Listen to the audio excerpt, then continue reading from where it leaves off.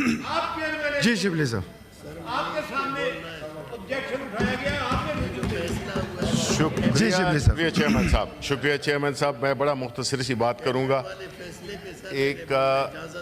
अगर मुख्तसर सी बात करूंगा, उसके बाद मुअज़्ज़ज़ सेनेटर साहब को मामला है, इसे रूलिंग में तारीख में जी नाम रोशन हो जाएगा। जी शिबली साहब, नहीं, जी शिबली साहब, इस हाउस में रूलिंग का रिवाज ख़त्म हो गया है। आगा साहब, रूलिंग का रिवाज ख़त्म हो गया। आपने देखा होगा, मैंने कल भी इसका जिक्र किया था।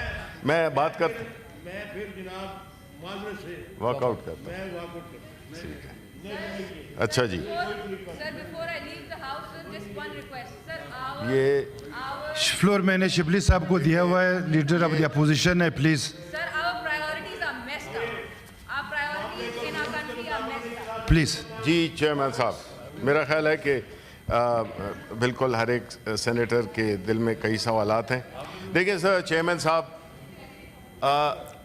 ये जो हमारे ऐवान हैं, ये बुनियादी तौर पे एक जमहूरी निज़ाम के तहत एक ऐसा प्लेटफॉर्म जिसमें कि आवाम के मसाइल और कवानीन आवाम की, मुल्क की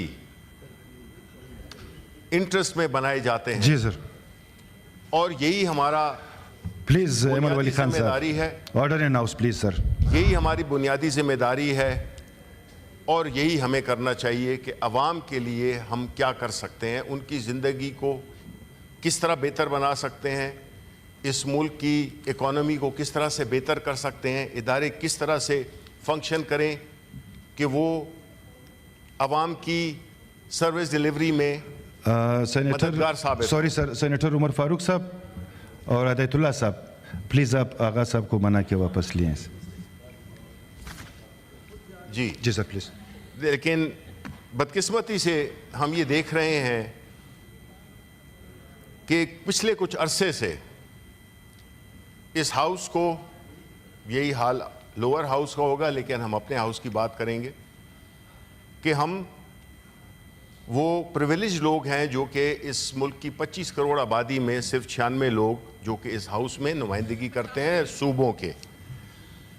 लेकिन हो रहा क्या है कि हम यहाँ पे ये देखते हैं कि यहाँ पे भी एक एलीट कैप्चर हो गया है और सिर्फ वही कवानीन इंट्रोड्यूस किए जा रहे हैं, बनाए जा रहे हैं जो कि अवाम दुश्मन, जमहूरियत दुश्मन कवानीन बनाए जा रहे हैं।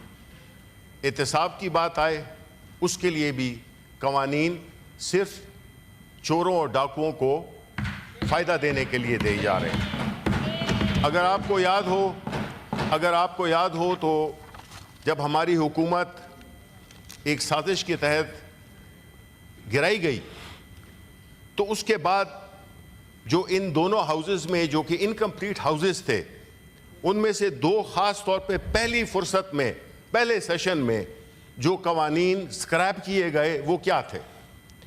किसी भी मुल्क में अगर सही मानों में जमहूरियत होती है तो वो फ्री एंड फेयर इलेक्शन के ज़रिए मुमकिन हो सकती है, क्योंकि जब इलेक्शंस साफ और शफाफ नहीं होंगे तो जो नुमाइंदे आएंगे उनकी वो इखलाकी कुव्वत, उनसे, ये अल्लाह ताला का निज़ाम है, गलत गलत होता है, सही सही होता है। एक चीज़ होती है जो हलाल होती है, एक चीज़ होती है जो हराम होती है।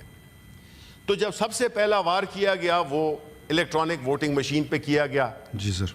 वो क्यों किया गया? इसलिए कि आप नहीं चाहते थे कि इलेक्शंस फ्री और ट्रांसपेरेंट हों। जो सिफात थी इलेक्ट्रॉनिक वोटिंग मशीन में, हमारे साथ वाला मुल्क इंडिया जो हमसे 1 अरब से ज़्यादा उनकी आबादी है और 80 करोड़ से ज़्यादा उनके वोटर्स हैं, जी सर, वो इस मशीन को इस्तेमाल करते हैं। कभी हमने सुना है कि इंडिया में इलेक्शंस का कोई स्कैंडल हुआ हो कि जी इलेक्शंस चोरी हो गए हैं, इलेक्शन सही नहीं हुए? कभी हमने सुना है इतनी बड़ी मुल्क की? ऐसा नहीं हुआ, इसलिए कि वहाँ की जो लेजिस्लेटर्स हैं, वहाँ पे जो जमहूरी कुव्वतें हैं, उनको ये वो दिया गया है एक अवाम ने कि आपने अवाम की और मुल्क के इंटरेस्ट में वो करना है। तो जब अवाम के असल नुमाइंदे आएंगे जो उनके वोटों से इलेक्ट होके आएंगे, जी सर, तो जाहिर है वो अवाम के मफादात का ख्याल रखेंगे, उनमें एक अखलाकी कुव्वत होगी और वो ऐसे कवानीन बनाएंगे जिससे कि अवाम को आसानियाँ पैदा हों। जी सर। दूसरा कानून जो कि स्क्रैप किया गया, तो इलेक्शन ईवीएम मशीन को हटा दें आप, क्योंकि हम नहीं चाहते कि इलेक्शन फ्री एंड फेयर हो, ट्रांसपेरेंट हो। अभी रिजेक्टेड वोट्स का आप देख लें, जहाँ पे कि 2-2 स्टैंपें लगी हैं, एक गोल है और दूसरी चकोर है। यानी इस भोंडे तरीके से जो रिकाउंटिंग हो रही है, क्योंकि पाकिस्तान तहरीक इंसाफ से हमने सीटें लेनी हैं। एक फिर आ जाते हैं नैब पे। नैब में जो अमेंडमेंट्स की थी उस पे पहला हमला किया गया, क्योंकि वो हमला करके आपने NRO 2 दिया। आपने उन लोगों को बिल्कुल, जो कि बड़े बड़े जिन्होंने डाके डाले थे, उनको आपने एक बिल्कुल क्लीन चिट दे दी कि आप अयाशी करें, इस मुल्क में आप ही का हुक्म चलेगा, इस मुल्क में आप अपने जो इल गॉटन पैसे हैं वही इस्तेमाल करके और मजीद इदारों को भी करप्ट बनाएं और आप अवाम का पैसा लूट सकते हैं। जी सर। आप पे कोई कदगन नहीं है। जी सर। इसलिए ये कानून वो कर दिया गया। आज सुप्रीम कोर्ट में भी उसका जो हुकूमत ने अपील की थी।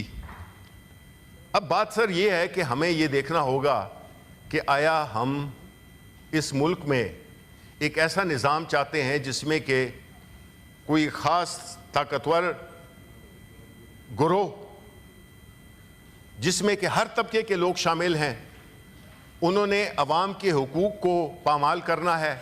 जी सर। आया उनको अवाम की बेहतरी में कोई दिलचस्पी है? बिल्कुल नहीं है, क्योंकि ये कवानीन बनाते हैं। अब जो ये कानून बना है, कल पास किए हमने, बड़ा शर्मिंदा होंगे हम बड़े शर्मिंदा होंगे कि ये कानून एक जमहूरी प्लेटफॉर्म से बना जिसमें कि जो अवामी इज्तिमात में, जलसों में, रैलीज में शरीक होंगे, उनको 3 साल से 10 साल की कैद होगी। शर्म आनी चाहिए आपको कि आपने एक ऐसा कानून, उसमें बड़े बढ़ चढ़कर, ये इंटेलेक्चुअल डिसऑनेस्टी है। आप उर्दू बड़ी साफ सुथरी बोल सकते हो, आप शायरी भी कर सकते हो, आप लिख भी सकते हो, आप कॉलम निगार भी हो, लेकिन जब तक आपके पीछे इखलाकी कुव्वत नहीं होगी, जब तक इंटेलेक्चुअल ऑनेस्टी नहीं होगी, कोई इज्जत नहीं है, कोई इज्जत नहीं है। आप जवाबात दे दें लेकिन और जस्टिफाई करें एक गलत काम को। आप बताएं, ये जमहूरी लोग बैठे हुए हैं और ये तो दूसरे हाउस में भी जाएगा कि जो आपने इस्लामाबाद में जो जलसे जुलूसों को पे ये एक डिक्टेटोरियल आपने एक कानून बना दिया है, इस पे आप फख्र करेंगे। कल आप किस मुंह से आप जो है तो जाएंगे अवाम के पास? आपने ये कवानीन बनाए। आपको तो जो बुनियादी स्पिरिट है जमहूरियत की, उस पे आपने ज़र्ब लगाई है, और ऐसी ज़र्ब लगाई है जिससे कि आपने इंश्योर किया है कि ये जमहूरियत इधर न जड़े पकड़ सके। यहाँ पे वही सिस्टम हो जिसमें कि नुमाइंदे आए हर तबके से और वो अपने रिस्पेक्टिव वो उन ग्रोहों की इंटरेस्ट को प्रोटेक्ट करें। अवाम की इंटरेस्ट को कोई नहीं प्रोटेक्ट कर रहा है यहाँ। जी सर। बड़ा मुझे अफसोस है कि हम एक जमहूरी लोग होते हुए ऐसे कवानीन पास कर रहे हैं जिसपे कि शर्मिंदगी के अलावा हमें कोई नहीं हो सकती, कुछ भी नहीं हो सकती। इसलिए मेरी आखिर में दरख्वास्त ये है कि हमें कुछ होश के नाखून लेने चाहिए। ये मुल्क ऐसे नहीं चल सकता। आप देखें कि जिसमें कहते हैं कि जी government caught in a double debt trap. हमारी इकोनॉमी, आप जो है तो एक आपने लिखा हुआ है प्रेसिडेंट की तकारीर पे कि जी वो उन्होंने जो एक इरशाद किए थे, पर्ल्स ऑफ विजडम जो दिए थे, उस पे हम पिछले 4 महीने से अपने ख्यालात का इजहार कर रहे हैं, लेकिन ये भी बदनीयती पे मबनी है। Why this presidential is in the what do you call, in the orders of the day, motion of thanks। जी जी भाई थैंक्स तो हम आपको करेंगे कि मुल्क की जान छोड़ें आप। ये हमारा यहाँ से स्पीच पे वो है, ये क्यों नहीं किया जा रहा? इसलिए कि हम इस जैसे अहम इश्यूज जिसमें कि इकोनॉमी हो गई, जिसमें लॉ एंड ऑर्डर हो गया, जहाँ पे टेररिज्म हो गया, इस किस्म के अहम इश्यूज पे हम एडजर्नमेंट मोशन नहीं ला सकते हैं। इट इज, ये क्रिमिनल है। अगर थोड़ी सी भी कोई आयोटा ऑफ वो है लॉ की रिस्पेक्ट है तो इसको आप स्क्रैप करें। बहुत हो गया प्रेसिडेंट की स्पीच पे, इतनी तो हमने इतनी तकारीर तो मेरा ख्याल है कि हमने मैं कुछ नहीं कहूंगा जी सर। तो Time. इसको आप स्क्रैप कराएं। इस पर्टिकुलर प्रेसिडेंशियल ऑर्डर पे का जो मोशन है उस पे स्क्रैप कराएं ताकि ये आवाम हर उस चीज पे डिस्कस सके जो कि इस मुल्क को दरपेश है।